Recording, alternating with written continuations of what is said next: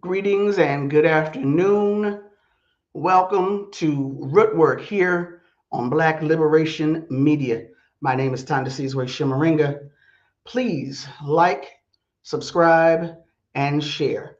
You know, I always say, like the video first before you forget, before you get involved in something else so you can knock it out the way.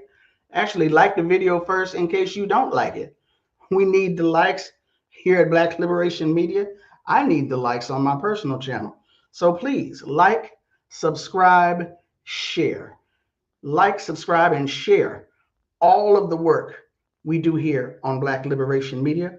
Please like, subscribe, and share on my personal Rootwork channel. Please support Black Liberation Media through our Patreon. The information should be down at the bottom of the screen and in the show description. And if you want to support a sister who needs an assistant, because you know I'll be having technical shenanigans, the Cash App and Venmo should be at the bottom of the screen also. Hope y'all are doing well today, Thursday, September 12th. And before I get into today's show, I want to say real quick, unfortunately, but it is what it is, happy heavenly birthday to Bantu Stephen Biko, leader of the Black Consciousness Movement, one of the forces fighting for liberation in Tanzania, South Africa, who was murdered in 1977. At some point, I don't know if it'll be today, but at some point, Dr. Jared A. Ball is going to talk more about who Stephen Biko was and is and his impact. I'm not sure when that'll be happening, but I just want to say real quick, if you're not familiar with Bantu Stephen Biko, please get familiar with him and his work that he did in South Africa to raise Black consciousness and the concept of Black consciousness. But what I wanted to say real quick, I had an elder tell me once, he said that, and again, all respect to the Vernon philosophy, but this is not about the movie. It's not about the movie. But he quoted a line to me from Cry Freedom, the film where Denzel Washington is portraying Bantu Stephen Biko. And it wasn't Donald Sutherland. I forget the guy's name. Maybe it was Kevin Kline. I don't know. Guy playing Donald Woods, Steve Biko's friend, white friend in South Africa. I forget the guy's name. But anyway, Steve Biko is a banned person under apartheid. Under apartheid, all Black people are illegal, but a banned person cannot travel freely throughout the country, let alone address crowds of people, etc. And Donald Woods he hears a knock on his door one day, his kitchen door. He goes and opens the door, and in walks Stephen Biko. And Donald Woods is like, "What are you doing here?" Because he's banned. He's not supposed to travel freely. He says, "What are you doing here?" And Steve Biko says, "It's my country. I go where I want." And the elder was telling me that's the kind of attitude that Black people in this country must have if we are to be a self-determining people. We are currently a colonized people. If we want to be a self-determining people, we have to have that type of attitude. We have to walk with that type of confidence. And so when Steve Biko says, "I write what I like," he's saying to the apartheid government, "You're not going to silence me. You're not going to stop me. You're not going to tell me where I can travel in my own country. Only death will stop me." And yes, the South African government murdered Bantu Stephen Biko, but they did not stop him. His voice still rings through today. So just wanted to send that shout out to Bantu Stephen Biko, and also to remind you guys to look for Dr. Jared Ball's presentation on who Steve Biko was. And actually, now that I think about it, is today the death date of Stephen Biko or his birthday? Y'all got to forgive me. You know I be going through stuff. But anyway, okay, so that was the part about Stephen Biko. So today's show, I just want you all to know, me right here now, I am live. But the interviews I have for today are pre-recorded. So unfortunately, you all in the chat who like to cut up, you will not be able to ask any questions of our guests, but I can assure you They will be brought back on in the future. It'll be live, and you can ask your questions then. So my first guest is Matt Hart of the Los Angeles Anarchist Black Cross Federation, and he's going to be talking about an event they're having this weekend in Los Angeles. Well, we're local. It's going to be in Los Angeles this weekend and in other cities across the country. It's called Running Down the Walls. Okay, so with me here now is Matt Hart, who is a representative of the Los Angeles Anarchist Black Cross. Matt, thank you so much for being on Rootwork today. Thandi, thank you for having me. Absolutely, absolutely. Now, before we start talking about Running Down the Walls, can you talk to our audience about the Anarchist Black Cross Federation? How long, what it is, how long you've been in LA, and is it true that you guys are a bunch of bomb throwers? No. First, let me say this. The Anarchist Black Cross as a movement began roughly around the Russian Revolution of 1905, not 1917, the earlier revolution. And so it came out of a need to provide political prisoner support specifically for anarchist prisoners. At that time, there was an organization called the Political Red Cross, which was supposed to do nonpartisan support. But what we found was that it was providing support to specific radical wings, and the anarchist movement as a whole wasn't receiving any support. So what it did is it formed its own organization at the time called the Anarchist Red Cross. Later on, it changed its name to the Anarchist Black Cross, and has been going on since roughly around 1906, 1907, ever since. In terms of LA, we formed around 1998, and we formed out of various different organizations. There was Food Not Bombs in Whittier, the Alternative Gathering Collective, and a few other groups came together because we saw a need in terms of providing political prisoner support.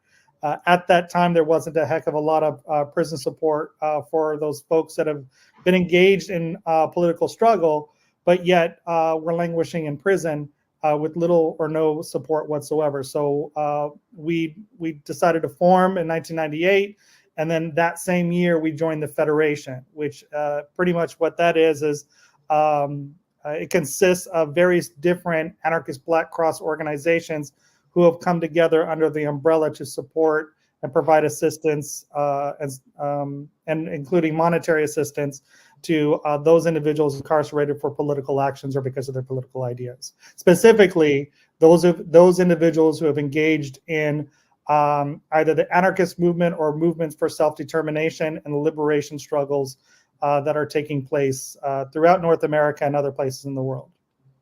Now, let me ask you this. I know you said that there wasn't a lot of work being done around the support of political prisoners, but some work had been going on. Why did you all see the need to form, firstly, as anarchists? What is it about anarchism that you in particular and your comrades in particular in general see in anarchism? Yeah, so what I'll say is this. Around that same time that we were forming, there was also Jericho Amnesty Coalition that was forming literally the same year, right? Mm-hmm. And so the various different chapters that were particularly in the East Coast, that when Jericho was forming, we were very, very supportive of and wanted to develop a relationship with them. A lot of us who are involved in ABC throughout the years off and on have been active participants in Jericho. In Los Angeles, for example, we were part of the Jericho Amnesty Coalition here. We thought it was very important to not only support the prisoners, but the movements in which those prisoners have come from. So building alliances with groups like Jericho was critical for us. Mm-hmm. In terms of why anarchists, well, that's the movement in which we've come from. That's our ideology. And so we wanted to build organizations that were consistent with the anarchist philosophy. What I'm asking you is, what is it about the anarchist ideology that you all embrace? Well, what I was going to say was, one of the things we wanted to do was we wanted to form organizations that were consistent with our ideology, which was basically organization that is based off of hierarchical sort of methods of decision making, and in the process of also challenging the various different types of power dynamics that exist, not just within organizations, but also within society as well. So, for example, as part of the Anarchist Black Cross, specifically the Anarchist Black Cross Federation, we saw that it was important to support liberation struggles that were going on in North America, specifically the Native American indigenous movement, the Black liberation movement. We saw the fact that our society has historically had issues with genocide, issues with institutional, structural, and cultural racism, and that these movements were movements that were targeted not only because they were mobilizing oppressed communities, but because of the fact that the state in and of itself responded to those communities with heavy, heavy, heavy repression. And so a lot of the prisoners that we were supporting are individuals that either struggled against that, or because they struggled against that, were targeted as a way to neutralize them and isolate them and take them out of the movement. So to us as anarchists, we're looking at all the different types of power structures that exist within our society, whether it's issues of racism, issues of homophobia, issues of sexism, issues of nationalism, et cetera, et cetera. I can go on. So for us, as being anarchists, it's important for us to look at all the different power structures, challenge those power structures, but also be a part of an organization that functions philosophically in terms of having sort of the general, if you will, being redundant, consistent with the anarchist philosophy. So we try to create decision-making structures that were non-hierarchical in nature. So the primary motive force of anarchism is anti-hierarchical.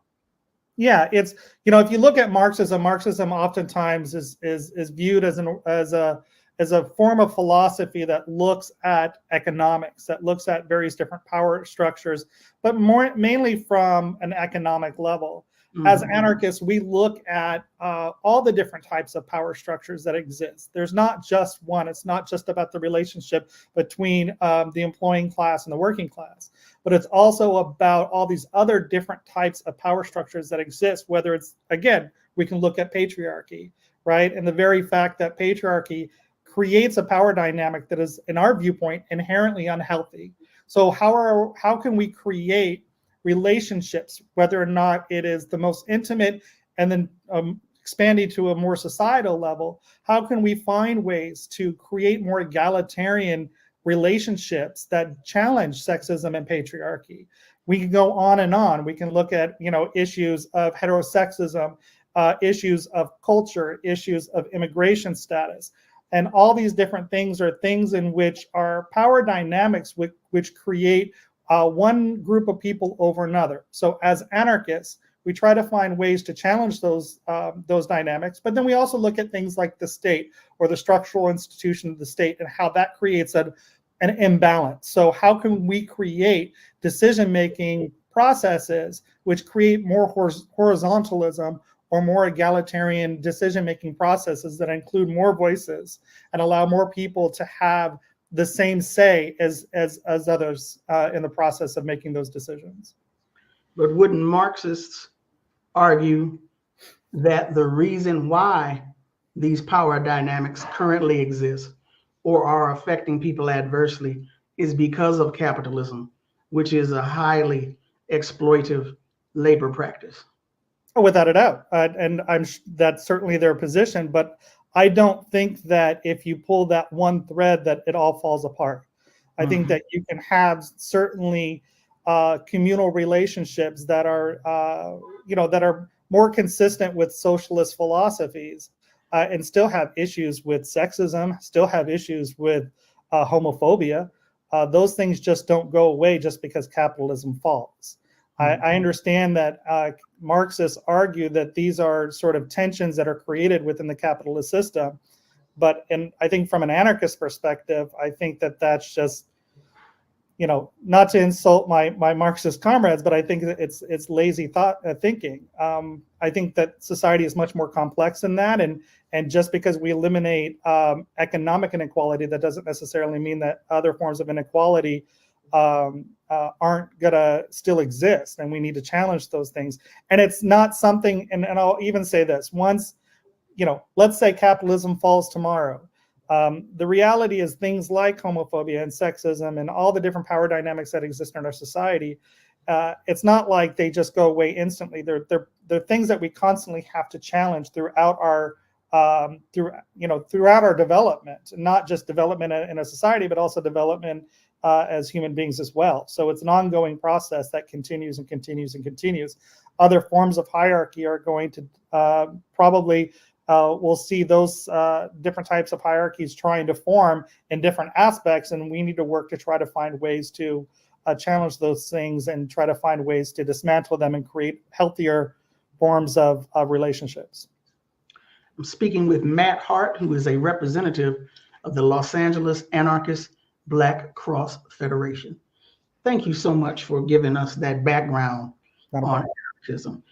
The reason why I wanted to speak with you today because this weekend you're having your annual, and please let me know what number annual this is, your annual Running Down the Walls event fundraiser, which raises money for your war chest, which you distribute to political prisoners, which you talked about earlier. What year is this for the Running Down the Walls?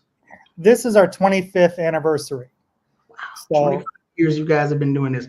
So let our audience know, what is Running Down the Walls? So Running Down the Walls is a 5K run to raise money and awareness about political prisoners that are currently in prison, primarily in North America. So we've, again, like I said, we've been doing this run since 1999. It started here in Los Angeles. And then over the years, it has continued to spread, not just to other cities, but it has also spread to prisons. And so we're going to be having runs all across North America. I think we have it in 11 cities, if I remember correctly right now. But we also have our comrades in prisons, including some in the UK, who are going to be participating in the run as well. So they'll be running the yard. If they can't run in the yard because they're locked up in their cell, they're going to be engaging in solidarity through exercising in their cell, just as an act of solidarity and support.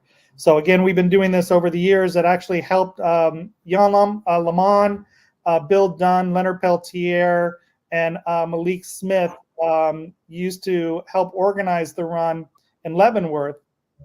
And then there was actually a year in which we were thinking about not doing it, but Jan corresponded with us and said, no, you guys need to continue to do this because it is a powerful tool that we're utilizing within the prisons to mobilize and build solidarity within the prisons. So you need to continue to do this. So since then, it's become a beast of its own. Every week, we're hearing about other runs that are being organized. Just last week, we found out that Mexico City is going to be doing a run in Mexico. So we're really excited about that. So 5K as in 5 kilometers. Now, we over here in the U.S., we don't do the metric system. Wow. 3.1 miles of either running, walking, crawling, rolling. It's just about going out there and building solidarity. We try to do the run on the same exact day so that way it's a message of solidarity across or at least over the wall until we can effectively tear it down. Okay. So a solidarity run of 3.1 miles or 5 kilometers, however you can do that, run, walk, crawl, roll, push in a stroller, push in a wheelchair, etc. And the people who are running get sponsors to pay their fees or to donate on their behalf. How does the fundraising aspect of that work? So there's a couple of things. One, we're asking for any participant, and again, let me just also mention the location. It's going to be Echo Park Lake at 10 o'clock in Los Angeles. So one of the things that they do in terms of they can either get people to sponsor them to try to raise more money, as well as and or just pay a $20 donation fee to participate. Obviously, the whole idea is about raising money to support political prisoners who are receiving little or no financial aid. So we're encouraging people to try to raise as much money as possible so that way we can continue to support our imprisoned comrades, while they're in the system. But yeah, it's either raising donations, and trying to get friends and family to chip in. If you can't do that, it's a $20 donation at the table.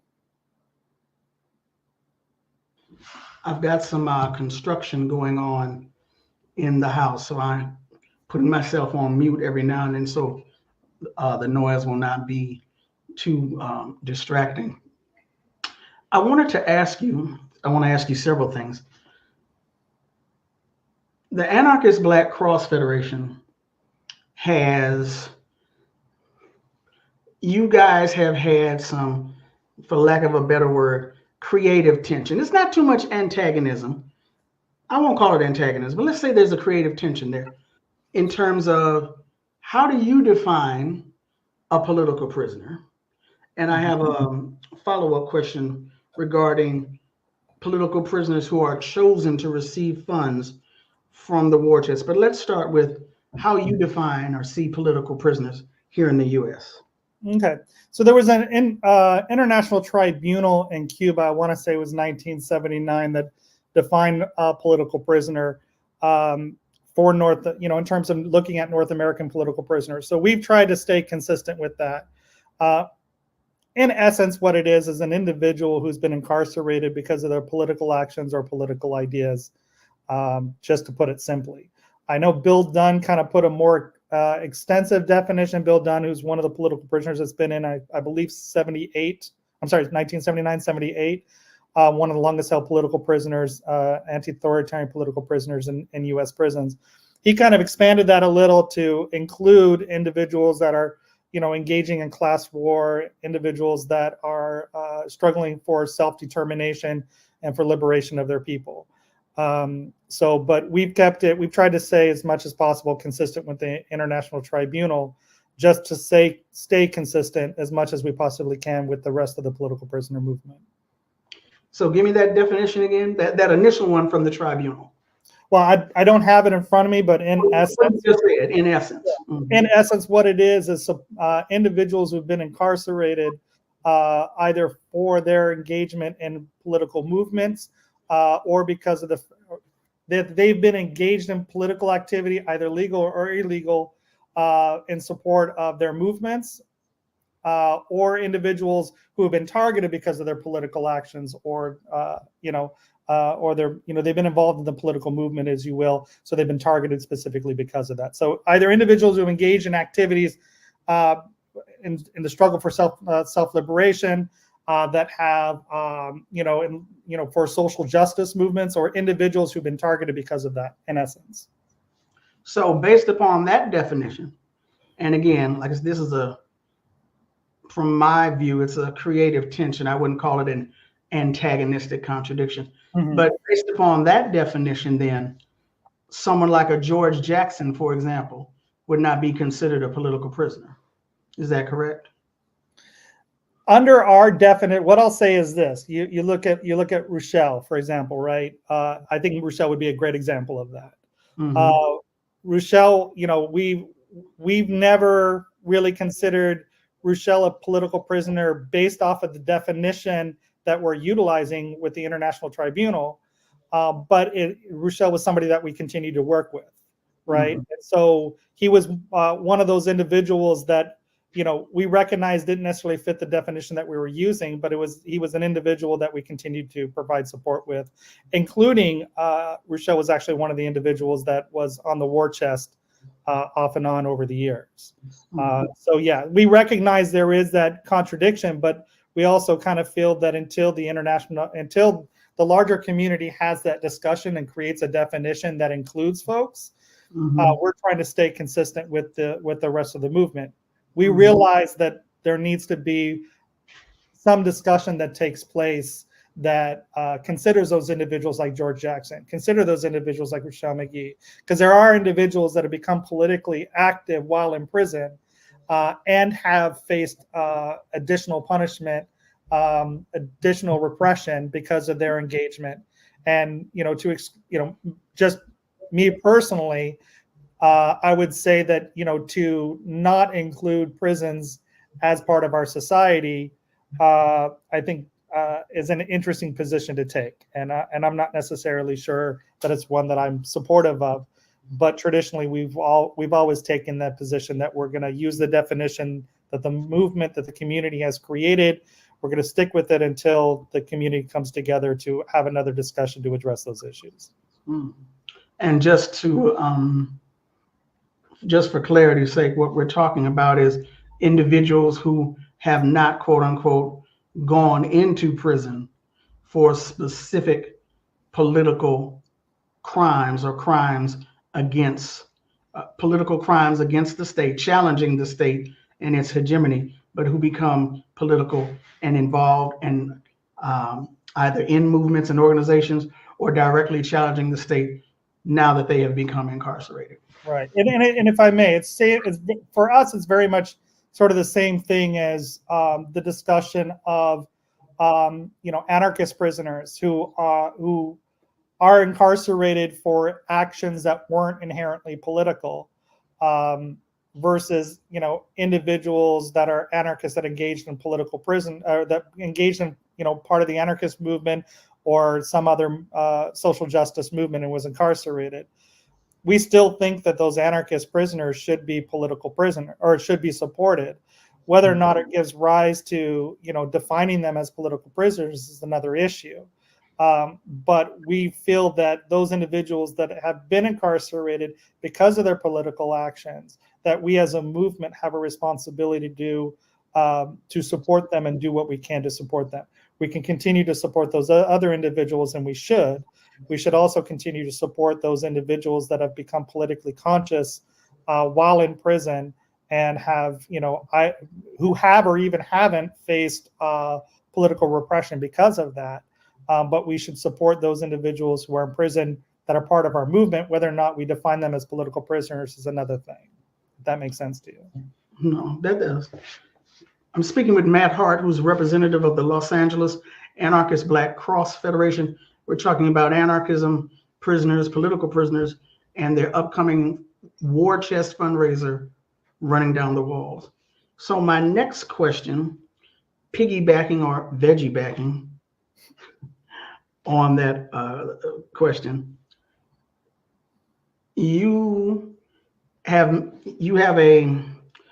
a definition of a political prisoner from the international community that you utilize to be in solidarity, in step with the international community.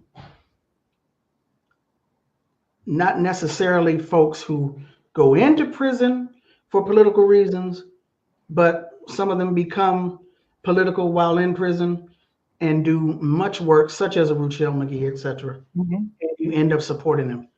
Let me ask you about those folks who have absolutely been targeted by the state, absolutely targeted for their political work, who find themselves in prison as a result of that targeting, as a result of the targeting of their movement. And because their movement has suffered losses, in essence, been crushed, because they are now within prison, away from their community, their family, their loved ones. It might be too much for them. It might be too depressing for them. They don't necessarily walk away from struggle. But let's say they begin to utilize drugs while they are behind bars. Do you support those individuals? What I would say is that position within the Federation has probably changed significantly from our earlier years versus, I think, where we're at now as an organization. So what was the position in your early years? Yeah, so I think, and I'm thinking of Kojo Ojeri's co-defendant. Kojo Bomani Sababu. Yeah, and I want to be clear that there's no evidence that I'm aware of that has ever, you know, what I'll say is this: there was rumors, and I think that there were rumors that were probably not founded, that there was an issue regarding drug use while in prison. And again, I want to be very, very clear that there's never been any evidence whatsoever. And I think that there was a strong stance that we took on that. And I think that in hindsight, I think that was an error because, one, there was no evidence whatsoever in terms of whether or not that was true. But I think now, certainly, the question of whether or not that's relevant to providing support is another issue. You know, and I think that the only reason why I'm even talking about that today is because I know that that was something that was very public at one point. And that's the only reason why I feel comfortable even talking on that, is because I know that that was an issue that was a very public issue when it happened. Or else I wouldn't, you know, I wouldn't say anything. But I do want to be very clear that there was never, as far as I'm aware, no substantial evidence, or it was just rumor mill more than anything else. But I think that us being more hardline in our younger years probably took a much harder stance on that.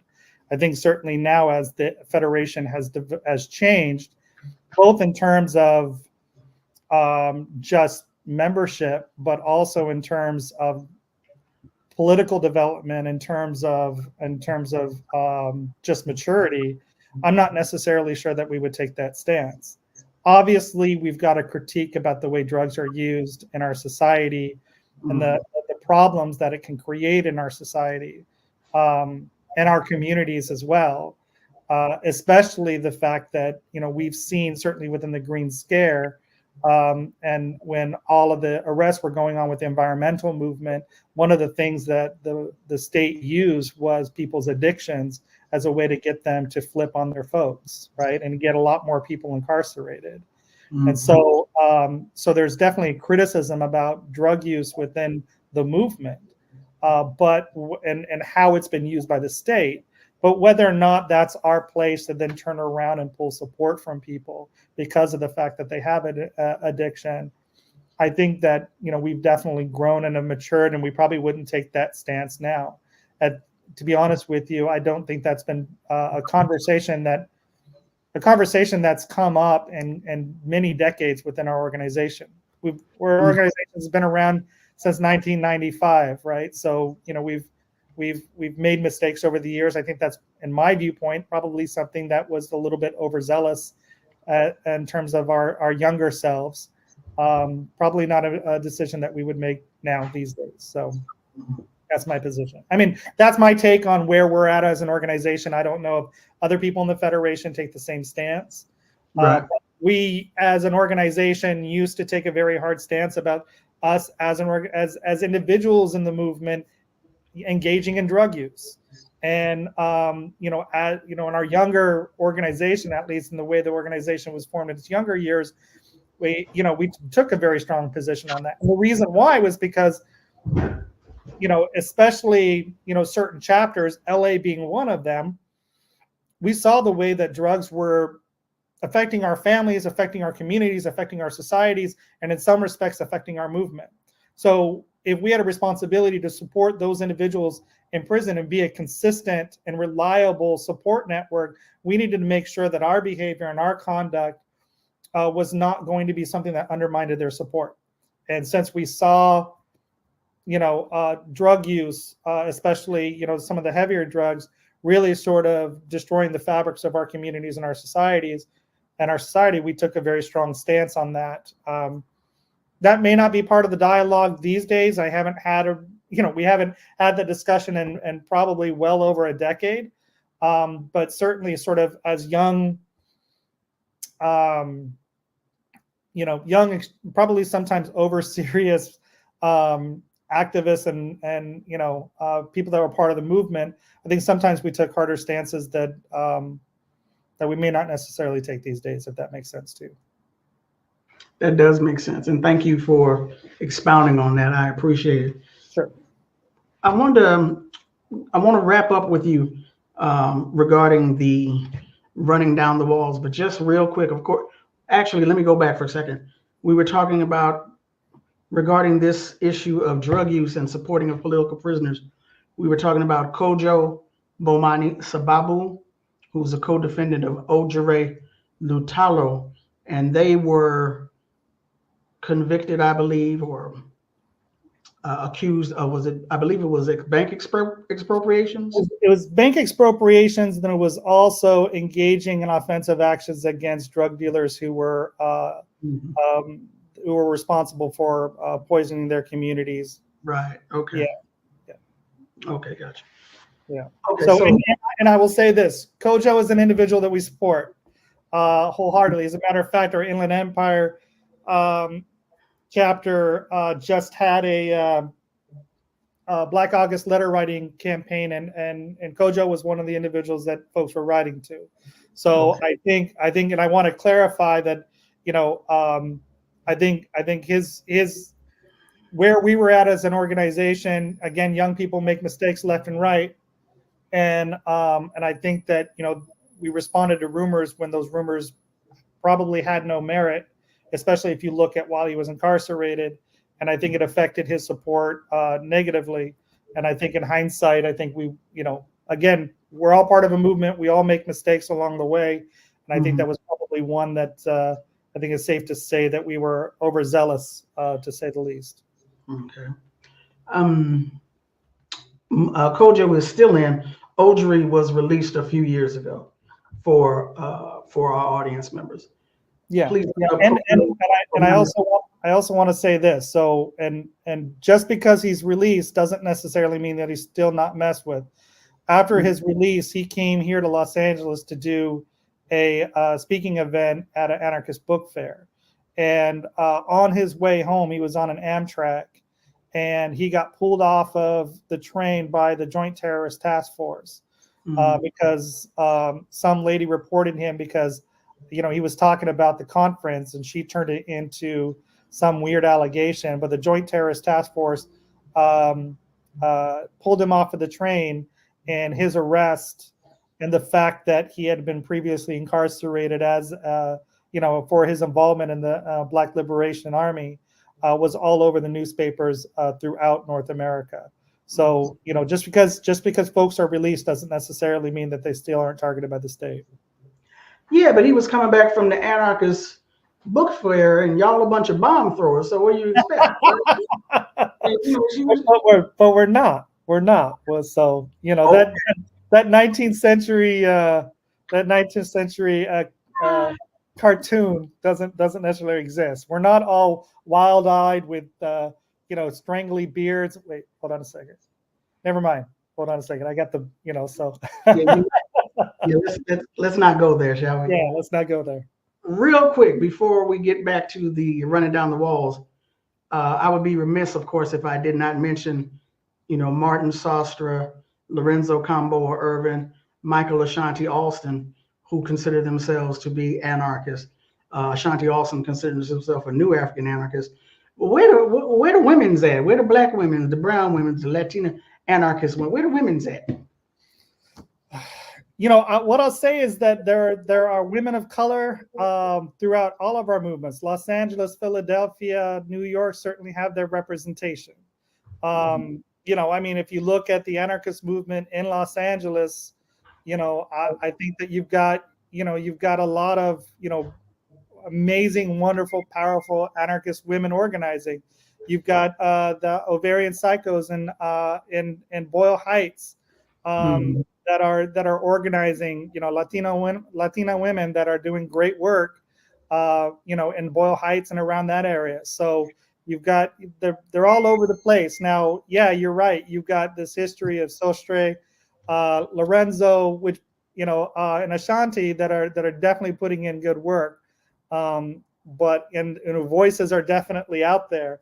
But I think you definitely have a lot of really solid anarchist women that are doing some organizing that and whose voices are very, very, very powerful. So they're down there doing the work, and I can't speak for why you're not seeing more of their voices being heard, but I think their voices need to be heard more and more and more. So, what I'll also say is this, in terms of Lorenzo. Lorenzo is actually the reason, and one of the reasons why I'm part of the Anarchist Black Cross, because I ran into him up in San Francisco, like I said, around '98, during another anarchist book fair, and we were staying at the same place. And by the time I got out of there, I was ready to start really ready to commit to the organization. The organization already existed, but then once I met him, spent time with him, then I came back ready to give it my all, and I've again been doing it since '98. So, Matt Hart, representative of the LA Anarchist Black Cross Federation, the 25th year of your fundraiser for your war chest, which supports political prisoners in North America. That is happening on Sunday, September, is it the 15th? 15th, correct. Sunday, September 15th at Echo Park in Los Angeles. It's called Running Down the Walls. I believe that's my electrician. Y'all forgive me. I got the electrician over here. This is a new computer. I haven't figured everything out. Stuff pinging. Anyway, where will Running Down the Walls be held in North America? And how can people get more information on it? So if you go to abcf.net, we are providing a list of all the locations in North America where the run's taking place. Again, we're doing ours in Echo Park Lake at 10 o'clock Sunday at 10 o'clock. I just want to make sure the time. But yeah, if you go to abcf.net, you can find all that information there. Matt Hart, thank you so much for putting up with me and all my shenanigans. Not today. A problem. Real quick, I just want to cover one thing that wasn't covered. Okay. You mentioned the ABCF War Chest. Mm-hmm. So what that is, for folks who don't know, is that we send monthly stipends to political prisoners who receive no or financial aid. So right now, I believe, if my memory is correct, we have 13 individuals that are currently receiving financial assistance every single month. These are folks, most of those folks have been in prison for decades. Some of the folks are newer folks that just don't have a strong support movement or community. So what we do is we put them on the war chest, and so that way they can consistently get funds. And that is why Running Down the Walls is occurring, to raise awareness and to raise funds for this war chest, which supports here in Los Angeles approximately 13 political prisoners across the country. Got it. So it's not a war chest to raise funds for bombs. Got you. Thank you so much, Matt, for being on the show today. Always. Thank you, Thandi.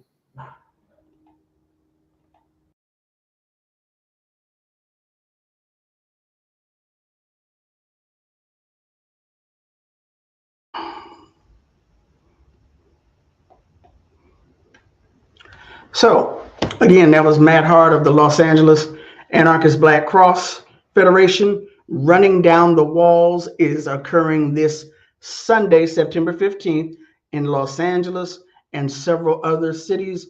It's a 3-kilometer run, 5-kilometer run, 3.1 miles, however that stuff works. I don't know the metric system. But go to abcf.net to see if there is a Running Down the Walls in your city or a city close to you.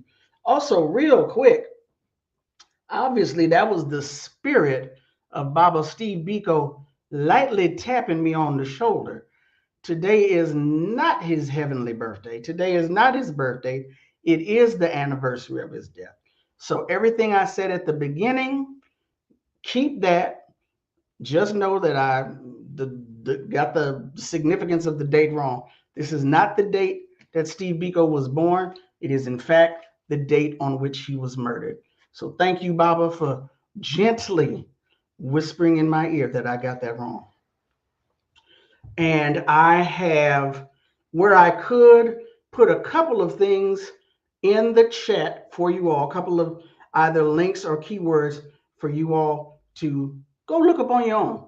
All right, so My next interview is with Phil Agnew. He is a co-founder of the Dream Defenders that was active in Florida. He is now a co-founder and a co-director of an organization called Black Men Build. Black Men Build has been going on, I think, a 10-city tour throughout the United States. I didn't realize at the time that it was coming to the end of its tour. It'll be here in Los Angeles on Saturday, September 14th. After that, it will be in Miami. So if you didn't get a chance to catch their tour where they come into the community where they come into the community and conduct their workshops, you have to catch them some other time. But Los Angeles, this weekend in African Lamert Park, 3:00 p.m. at the Center for Black Power. And I believe next month they will be in Miami. But at any rate, I'm going to hush. Let's get to this interview. Here to speak with me now, as the call rolls by, is Phil Agnew. In 2012, Philip co-founded the Dream Defenders, a statewide organization in Florida that rose to national prominence after the acquittal of George Zimmerman for the murder of Trayvon Martin. In 2018, he transitioned from his role as co-director of the Dream Defenders, and in July of 2019, he joined the Bernie Sanders campaign as a national surrogate and was later named a senior advisor. Agnew currently is a co-director of Black Men Build, an organization that is bringing Black men into the movement for racial, social, and gender justice. Phil, thank you so much for being on Rootwork today. Oh, listen, thank you very much for having me. Thank you for your patience. I apologize for all of the activity behind me. I'm going to do my best to speak over and above it as we get down to the root, but I'm thankful for the opportunity to be here with you all. Well, thank you. Thank you again so much. Now, Black Men Build has a Los Angeles chapter. Yes. And Black Men Build is currently on a new men tour. Yes. That tour yes, is coming to Los Angeles on Saturday, September 14th, correct? Yes, this Saturday coming up. Please let our audience know, what is Black Men Build? So Black Men Build was started in 2020. We started meeting in 2019. And we started Black Men Build, because we recognize, and there are a number of brothers and some sisters who helped to be the genesis of this organization. But we recognize that Black men really needed a place and a space for us to come into movement. I've been a part of the movement for my entire adult life, maybe give or take a few years. And what I recognize, and I don't know if you've seen this as well, but as you move about many of our current movement spaces, finding a Black man in those spaces is kind of few and far between. We're there. Don't get me wrong. We're absolutely there. I'm not dismissing the fact that there are a lot of brothers who are helping, a lot of elders who are helping, who are there taking up the charge, put their hands on the plow.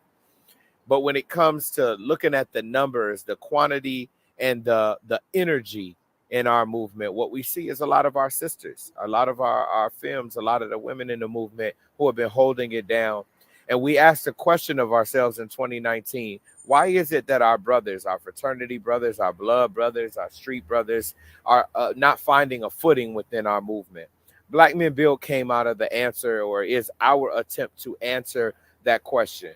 How do we develop an organization that Black men feel comfortable in, that our brothers can come into, can learn, can be educated, can ask questions and feel comfortable with asking those questions, can be held accountable, can be treated with love and grace, and then find their footing, find their place, find their space within this radical left movement that we all know is required in order for us to live the lives that we want to live. And that's where Black Men Build came from, a genuine love, a genuine desire for me, for other brothers around us, for sisters as well, to see the brothers that we love, that we play Madden with, that we hang out with, that we have drinks with, that we argue with, that we at the barbershop with, actually want to be a part of the movement and political conversations of the day, and not only want to talk about it, but do something about it.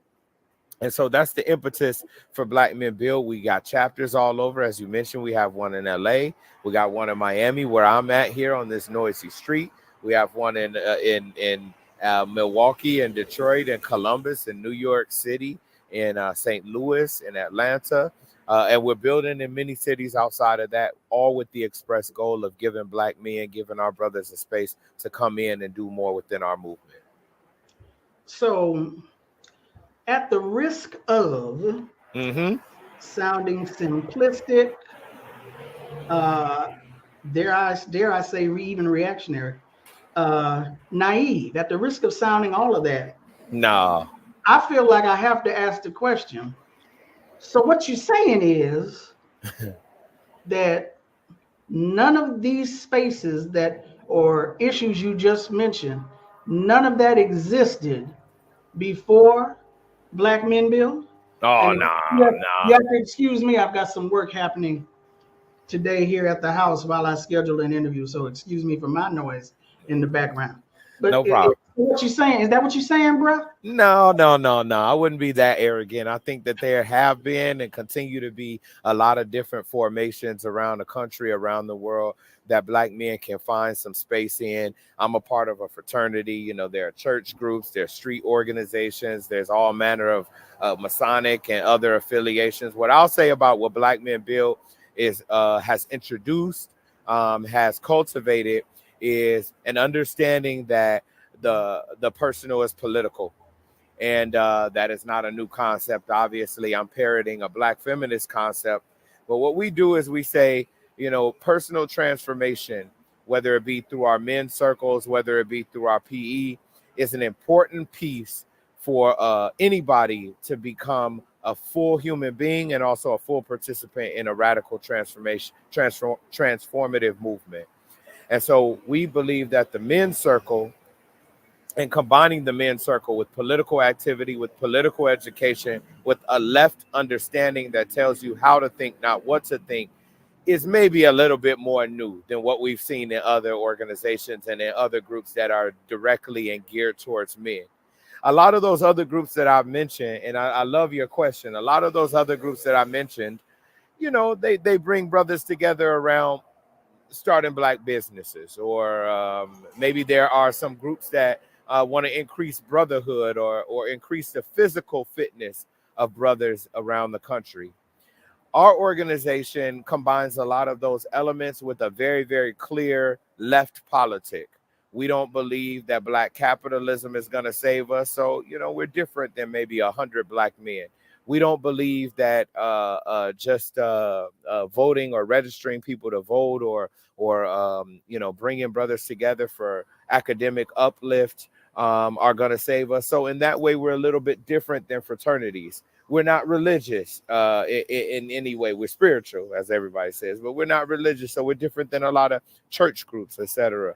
And so we like to believe that we are not the first, but we combine some of the best elements from what we've seen from organizations that bring men together with the real left politic as well. Okay. In the beginning, when I asked you that first question to tell us about Black Men Build, yes, you talked about how when you look in our communities and in many of our organizations, you see majority sisters holding it down. Yes. So what I want to know from you, and when you talk about the fact that Black Men Build is an organization that is bringing Black men into the movement for racial, social, and gender justice, I want to hear you talk about gender justice, because I get nervous when I hear Black men or a group of Black men say, well, sisters have been doing it for so long, it's our turn now. I love that. Because I remember, I'm old enough to remember the Million Man March, where the rhetoric was, there was an energy to the rhetoric of, we Black men are supposed to lead.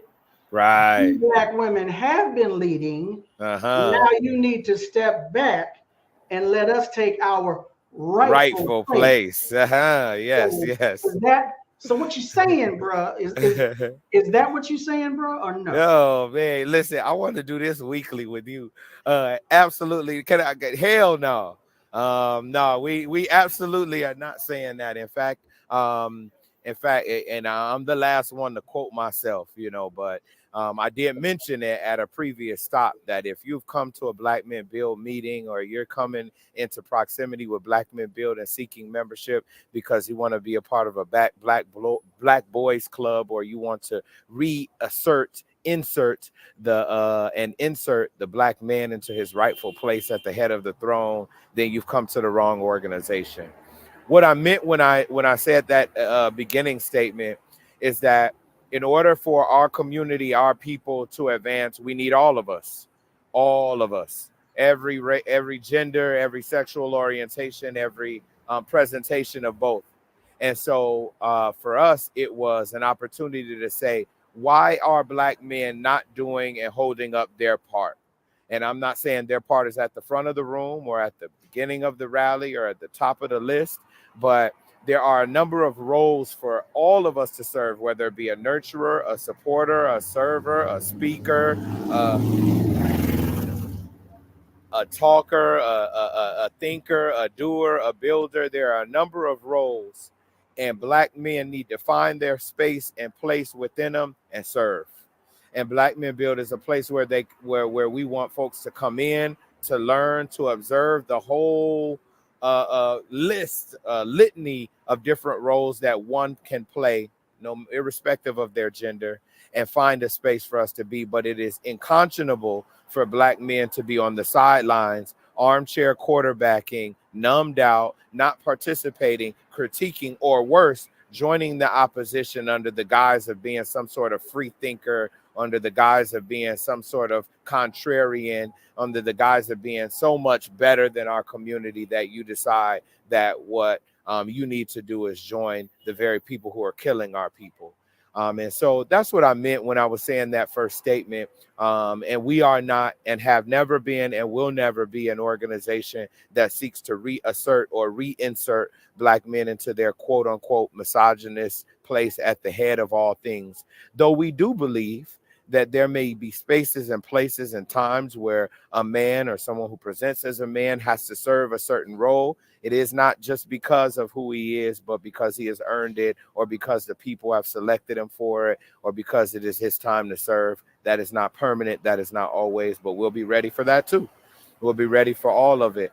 And so I really appreciate that question. I hope that wasn't too laborious of an answer, but yeah, we are not and do not seek to be and will never be that organization, though we understand where that viewpoint comes in. And if you're a brother that believes that or was raised in that and cultured in that, we still want you to come into ours and learn about the variety of different ways we can be.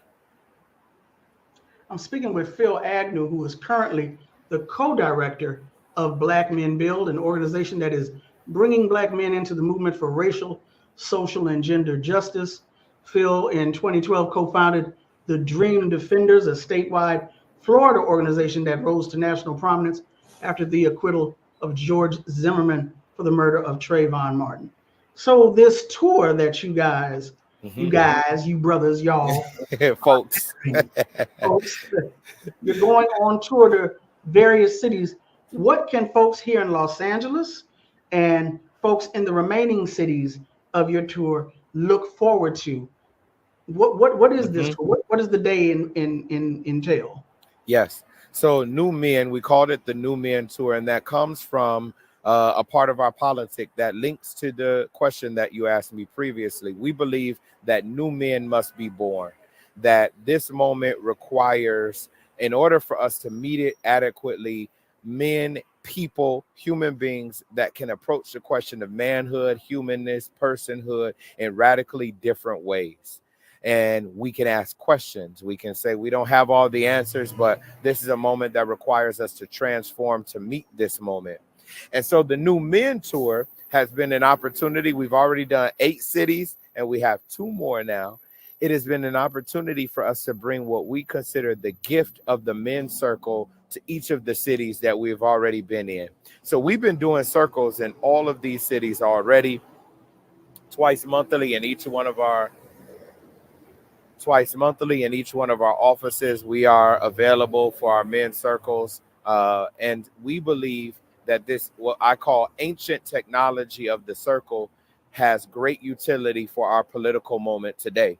And so in each one of the cities on our New Men Tour, we do a 90-minute circle. We break bread afterwards. We have a conversation about what is the political work that has been happening in each of the cities. And that's what you can expect when you come to our New Men Tour in Leimert, in Afrikatown, in Los Angeles. You can expect to come in, meet brothers and sisters who will greet you with love, who are excited and happy to meet you. You can expect to meet other brothers who you may not have met or talked to, or maybe you have, but are really excited about seeing you on a Saturday afternoon. We're going to have a 90-minute circle where you'll be facilitated through a conversation through one of our trained facilitators nationally or locally, where we'll talk about how we're feeling. We'll talk about our questions and the things that we've learned about manhood and ways that we collectively and individually are seeking to break out of that mold. Afterwards, you're going to have some incredible food, and you're going to also hear from a number of folks around the city who have been doing work and who need Black men, Black people to really be in those meetings, in those conversations, at those marches, at those rallies, and ways that you can tap in and plug in. All of that is going to happen in about 3.5 hours, and you'll be out in time to watch the evening football games. Okay, that sounded a little stereotypical, but all right, I'm going to let that go. Let me ask you a question. Yes. Let me ask you another question. Okay.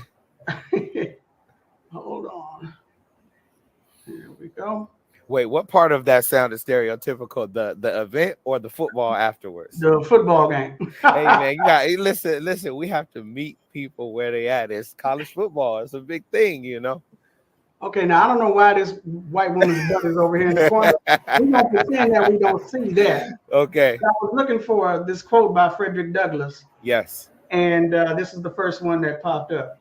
It is easier to build strong children than to repair broken men. Now, again, I wish I could get rid of white girls' butt. But at any rate, so you're talking about building new men. Yes. You're not talking about children. You're not talking about boys. You're talking about the men that are already here. Yes and no. Okay. But I'll wait. Is that your question? Well, there's a question in there. I'm just, riffing off of Frederick Douglass's quote. And I understand Frederick came from a particular time period, a particular era, a particular context.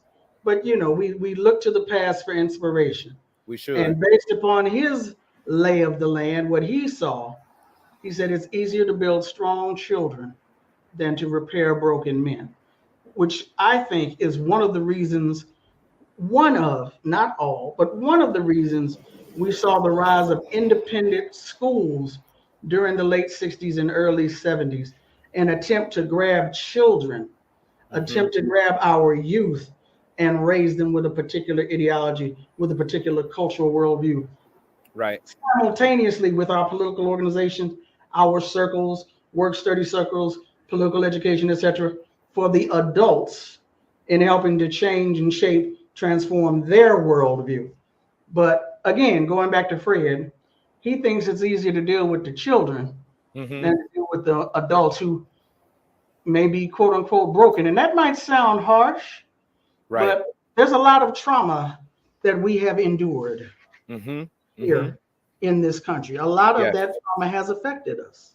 Yes. In terms of domestic violence, for example. Indeed. In terms of intra-racial violence, for example. So the work you have set out for yourself is to go grab these brothers wherever they are. Yes. It's a tall order, bruh. It is. It's a very tall order, one that routinely I feel woefully insufficient for. I would like to say that if you look at that quote and you want to put it onto our current milieu, our moment now, both are very hard. I think it is very hard to raise free, loving, involved, empathetic children today. I believe it is very, very hard. We work with young people, and we have young people. If you have sons, I would say 7 and up, but if you got some really mature children, bring them to the circle. We've had a number of them. If you look at the photos in St. Louis, we had over 30 young men come to our circle. So this is a space welcome and open to them. But I would say that it's very hard to do both. And someone has to do it. That is the job of an organizer. We're not saving brothers. What I will say is this work has and is saving me. It is an incredible task, a labor of love. And we're not, but once again, not saving anybody, but we're about, this is what organizing, this is what radical revolutionary work should be about. As we are doing the work, we are transformed in the service of the work. Mary Hook's sister song, a sister out of Atlanta, says that consistently, and it's a mantra of ours as well. We are transformed through the work. It is very hard. You're speaking of epigenetics in that question. You're speaking of current post-traumatic stress disorder that we live in, because we are occupied people. We are living in colonized neighborhoods in a colonized land. So we are absolutely highly traumatized. What I have found is that this work is not easy, but the desire and the will and the energy is there more than people give it credit for.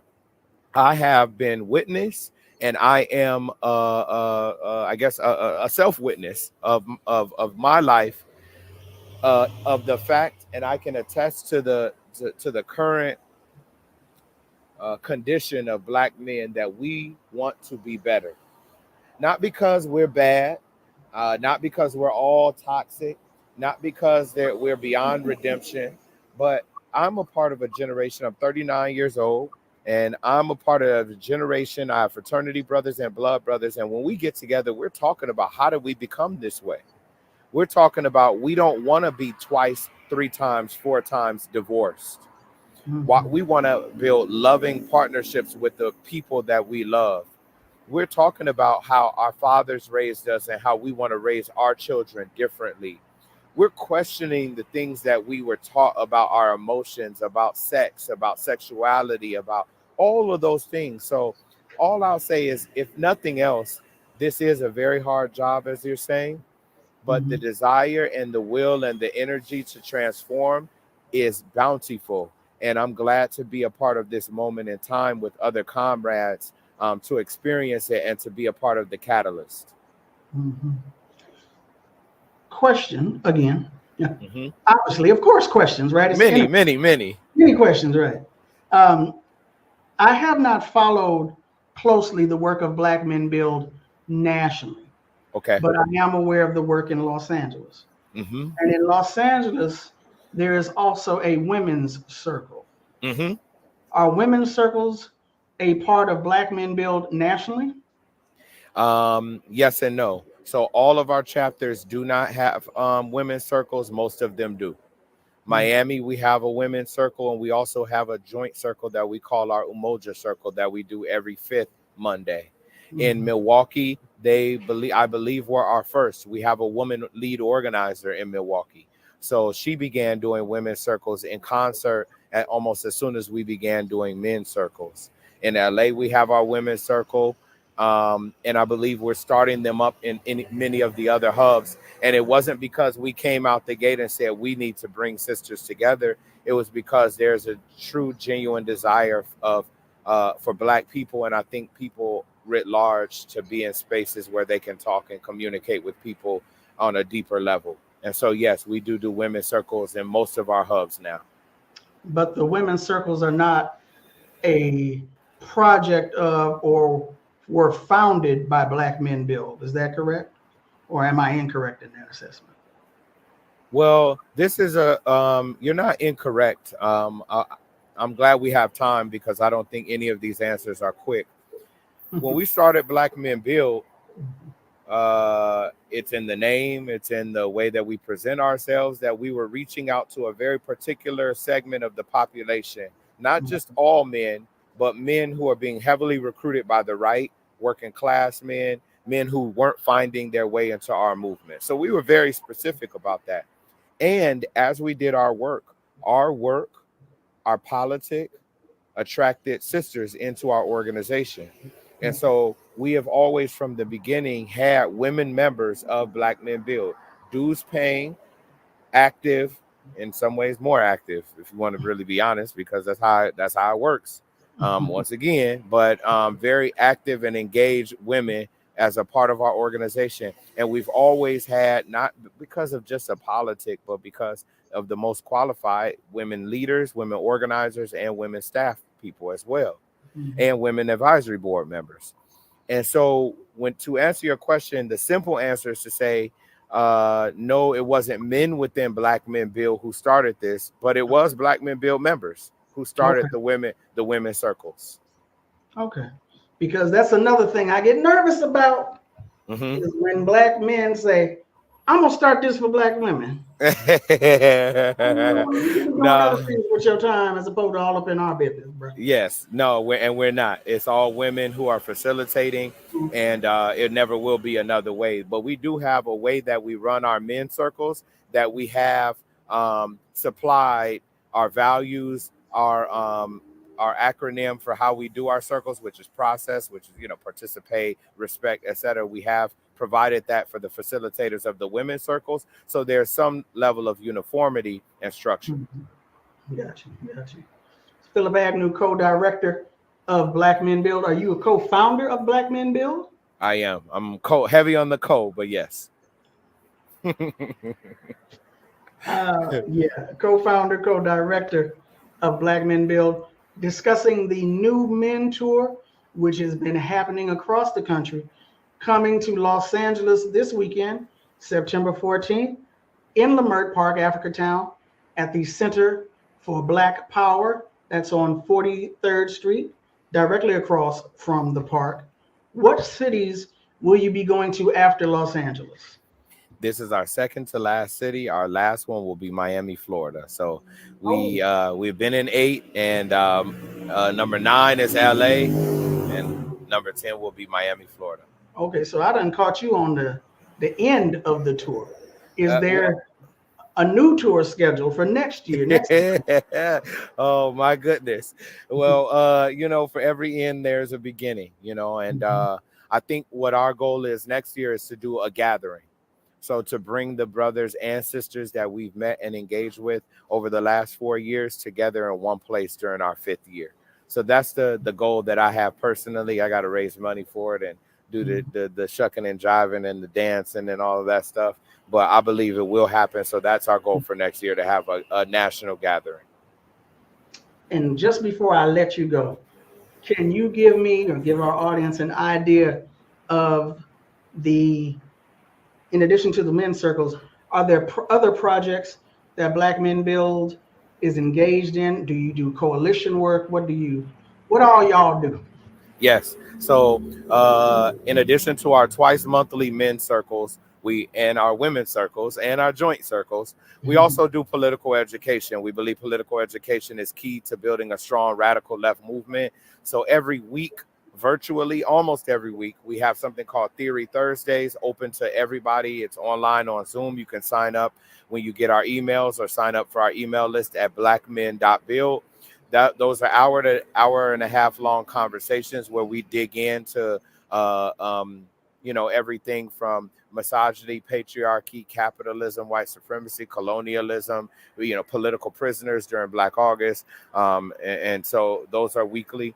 We have a mass call every month that we do, which is a longer call that allows for us to bring organizers, in some cases, presidential candidates in the form of Dr. Cornel West or Claudia to the call, or really organizers who are on the ground who are doing the work. Those are our mass calls. PE is really big for us. In the fall, we'll be launching our political education school, which will be online, which gives folks another opportunity to dig in deeper and start to ask questions about the political conversations of the day. We also do service. Each one of our hubs do a variety of different service, mutual aid programs, survival programs, whatever you want to call them. Each one of our hubs develops a programming repertoire that allows us to develop relationships, but also call attention to what the state is not doing. So it could be food giveaway, medical services. We also have chess programs, basketball programs, really anything to fill in the blank, really for Black young people and Black people in our communities that don't have access to everyday human services that we should have access to. So each one of our hubs is doing those things. And we also have publications that we put out called our Wartime magazine that you can get. I think that's it for now. Starting next year, we'll be launching a number of campaigns, some in coalition with other folks, some will be leading, because we believe that political activity, political campaigns are also a lifeblood of our organization. So we'll start those in earnest in the beginning of next year. That's about it for now, huh? For now, that's about all we can handle. And, we're trying to do that well. It sounds like you're doing a lot. Philip Agnew, again, for the audience who wants to keep up with the work you all are doing, how can they get more information on your organization? We are online at blackmen.build, no.com, blackmen.build. We're on Instagram, TikTok, YouTube, and Facebook, and Twitter at blackmen.build, at blackmen.build. And you can see us in person in one of these cities or in a city near you. Okay. And new mentor coming to Los Angeles this weekend, September 14th in Afrikan, Leimert Park, 3 p.m. And after that, you will be in Miami. Yes. And then you're going to take a break for a minute and gear up again for next year. Yes. We're going to take a very, very small break because rest is important. And like you said, we're going to get started. We don't know what's going to happen in November, but our people need to be ready no matter what happens. It's fascism on both sides. So we got a lot of work to do. Philip Agnew, thank you so much for being on Rootwork today. Thank you very, very, very, very, very much. I'm really happy to do it and can't wait to do it again. Okay.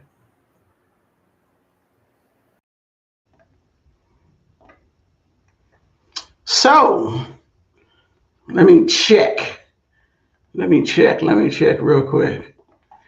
Is my mic on, y'all? Can y'all hear me? Because you know what be happening, right? Hopefully the mic is on.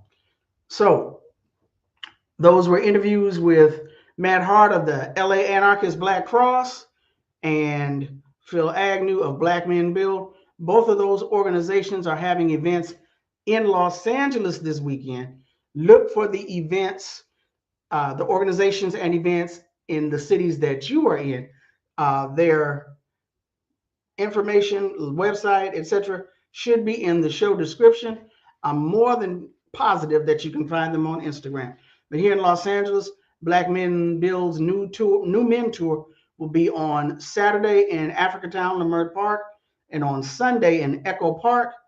The LA Anarchist Black Cross will be having their 25th annual Running Down the Walls 5K run to raise dollars to support political prisoners of war. So again, those were pre-recorded interviews. I saw a couple of questions in the chat, but again, unfortunately, their schedules would not allow for them to come on with me live today, but more than positive, they will be back in the future. I especially saw that question regarding reinforcing the gender binary. I'd love to hear Phil expound on that also. So yeah, they'll be back, no problem, no wonder. So shout out to Tara, who sent in some ducats.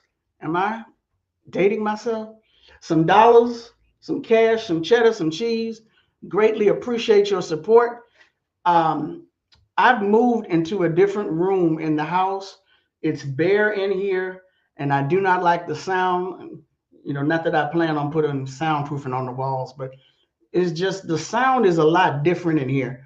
I don't like the sound quality. And if you watch my shows in the past, I'm always, even with my shenanigans, I'm always complaining about not being able to present you with quality, make it a quality presentation. I know the subject matter is quality, but I would like to present it to you with quality also. So This microphone, I don't think the microphone is the problem. I think it's the room. So if you would like to help a sister up her quality, there's a Venmo and a Cash App at the bottom of the screen and in the show description. Please continue to support Black Liberation Media also. That information is available in the show description. Like, subscribe, share if you have not done so already. Black people are used to poor quality. Yeah, well, that's the Eddie Murphy, the from Raw. Eddie Murphy's joke. You've been starving for so long, and you get a saltine cracker, you think it's a Ritz. Yeah, I'm trying to present to you quality information in a quality manner. I'm trying to up my game.